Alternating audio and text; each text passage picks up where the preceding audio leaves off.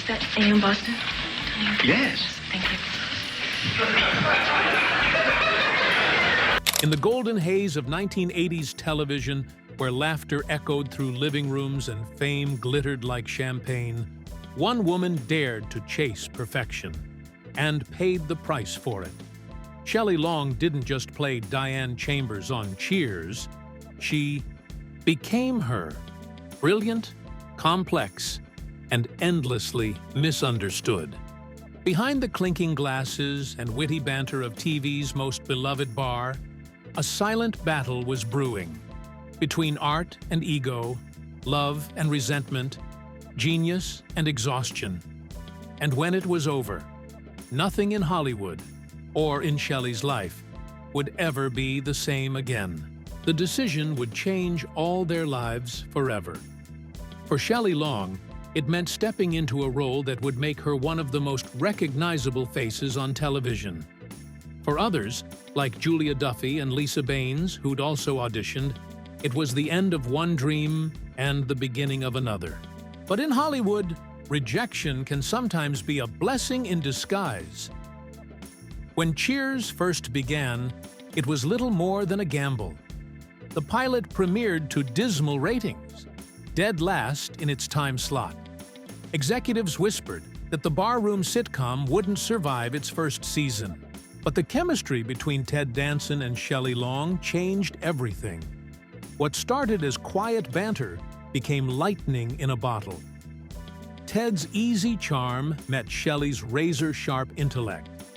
Their dynamic, flirtatious, fiery, and unpredictable, turned into something audiences couldn't look away from. By the second season, Cheers had exploded into a cultural phenomenon. But while the world saw sparks of romance, behind the scenes, the same chemistry was igniting something far more volatile. From the very beginning, Ted Danson found Shelley Long a mystery he couldn't solve. During auditions, he'd taken one look at her and thought, "Oh no, that's a bad idea." Their styles couldn't have been more different. Shelley came from theater, precise, emotional, analytical. Ted was instinctive, casual, reactive. He'd later admit, "Our styles, our approach, our everything was really different." And it showed. They could barely share a rehearsal space without tension. Yet the moment the cameras rolled, magic happened. That friction, the very thing that divided them, became the heartbeat of Cheers. On screen, Sam and Diane burned with passion, wit, and frustration. Off-screen, Shelley and Ted barely spoke. Assistant director Thomas LaFaro remembered those early days vividly. Shelley treated Cheers like a stage play, he said. Every line mattered. Every pause had meaning. Every scene carried emotional weight. After rehearsals, while most of the cast went home, Shelley stayed. She'd sit with the script for hours, pulling apart every scene, questioning motivation, and debating subtext. At first, the writers admired her dedication. But as weeks turned into months, exhaustion set in. Glenn Charles, one of the show's co-creators, said, "After every table reading, Shelley would want to discuss every beat, every word. It wasn't ego, it was perfectionism, but it drained everyone." Nicholas Colasanto, the warm, gentle actor who played Coach, understood her best. He came from the same theater discipline. He comforted her, defended her, tried to translate her intensity to the others. But he admitted that rehearsals had started to feel like therapy sessions instead of comedy run-throughs. Shelley wasn't trying to be difficult. She just wanted Diane Chambers to make sense. Then came 1983. Shelley Long stood on the Emmy stage, radiant, clutching her award for Outstanding Lead Actress in a comedy series. She smiled, thanked her, cast and praised Ted Danson as the best partner any actress could ask for. But behind that smile, isolation had already set in. Thomas LaFaro recalled that Shelley celebrated her win alone. The rest of the cast, once supportive, had started whispering. They called her too intense, too controlling, too slow for sitcom pacing.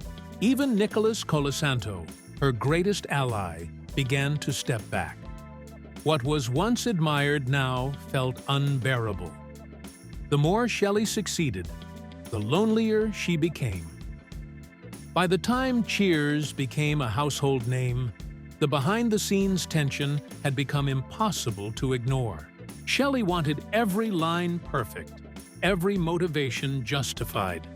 Producer Ken Levine jokingly nicknamed her script meetings the Diane Inquisition. What should have been 15 minutes often stretched into hours. Ted Danson defended her. "There's not a mean bone in Shell's body," he said. But kindness didn't make it easier. Her methods slowed production and strained relationships. Writers even called her the veto queen because she'd reject jokes or demand rewrites that didn't fit Diane's intellect. George Wendt, who played Norm, worried the show was becoming too centered on Diane. The ensemble balance, the family feel, was slipping away. By season 5, it all reached a breaking point. Shelley's perfectionism had become legend. She'd question lines, stop filming for tiny hair adjustments, and demand rewrites in the middle of shooting. Rhea Perlman, who played Carla, refused to talk about it even decades later. "I can't go there," she once said. But Shelley wasn't cruel. She was consumed. She lived Diane Chambers. When Sam kissed Carla in one episode, Shelley ran to the writer's room in tears. "Diane would be destroyed by this," she cried. The writers reminded her, Diane wasn't in the room. Shelley whispered, "Yes, but I know." In December 1986, Shelley Long shocked Hollywood. She announced she was leaving Cheers. Officially, she said it was to focus on films and family. But inside Paramount Studios, panic spread like wildfire. The Sam and Diane romance was the show's emotional center. Without it, Cheers might collapse. When Kirstie Alley joined the cast as Rebecca Howe, everything changed overnight. The tension vanished. The air felt lighter. Rhea Perlman later called it one of the best first days ever. The laughter that had long vanished backstage finally returned. And in 1987, the first full season without Shelley. Cheers hit #1 in the Nielsen ratings. The bar felt alive again. But something had gone missing too. Shelley Long left to chase movie stardom. Her first big film, Outrageous Fortune, 1987, earned over $50 million at the box office. But critics said she was playing Diane again, only louder. Troop Beverly Hills, 1989, and The Brady Bunch movie, 1995, kept her visible, but audiences couldn't see her as anyone else. The woman who had built Diane Chambers into legend now found herself trapped by her own creation. By the mid-1990s, her movie career had faded. Shelley turned to guest roles and television films, working steadily but quietly. Ted Danson later said, "She had so much talent, but she never escaped Diane." Then, in 1995, Kelsey Grammer reignited the flames. In his memoir, So Far, Here Tiwam accused Shelley of trying to get him fired from Cheers, claiming she demanded his jokes be cut. Shelley denied it, insisting she had only objected to one storyline, where Diane became pregnant by Frasier. "It didn't make sense," she said. "I was protecting the character, not the spotlight." Producer Ken Levine defended her publicly, saying Grammer's story was not remotely true. But in Hollywood, rumor travels faster than truth. And when Shelley appeared years later on Frasier, the writers got subtle revenge, portraying Diane as a delusional woman living in a mental asylum. Audiences laughed. But beneath the laughter was something cruel, a quiet rewriting of a woman's legacy. Shelley wasn't the only one to suffer. Cheers' chaos. Jay Thomas, who played Eddie Dietz, destroyed his career with one careless radio joke.